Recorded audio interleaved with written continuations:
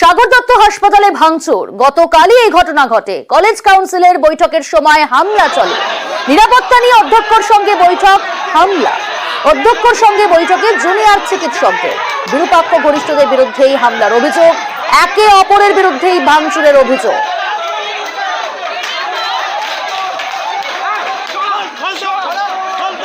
ভিডিওতে যে দেখা যাচ্ছে এখানে কাসিফ, সৌমিত্র প্রামাণিক, সৌরভ ঘোষ, এদের এগেনস্টে আমাদের অনেক অভিযোগ রয়েছে।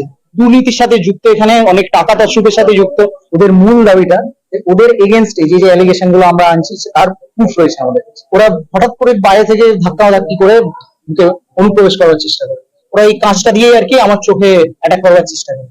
যেহেতু এই কাঁচটা ছিল এবং এই যে দেখুন আমার এই চশমাটা, আমরা এখানে একজনও বহিরাগত নয়, আমরা প্রত্যেকে আইডি কার্ড বার করে আপনাদের দেখিয়ে দিতে পারবো।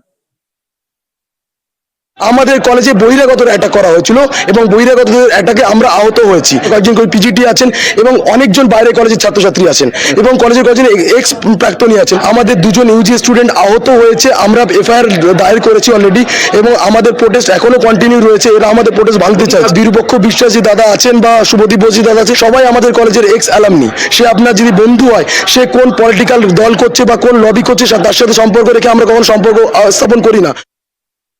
আজকে একটা মিটিং করার কথা ছিল আর কি, সেটা হচ্ছে আমার সঙ্গে এবং এমএসডিপির সঙ্গে এবং পুলিশ আধিকারিকদের সঙ্গে, জুনিয়র ডাক্তাররা যারা অবস্থান করছেন তারা।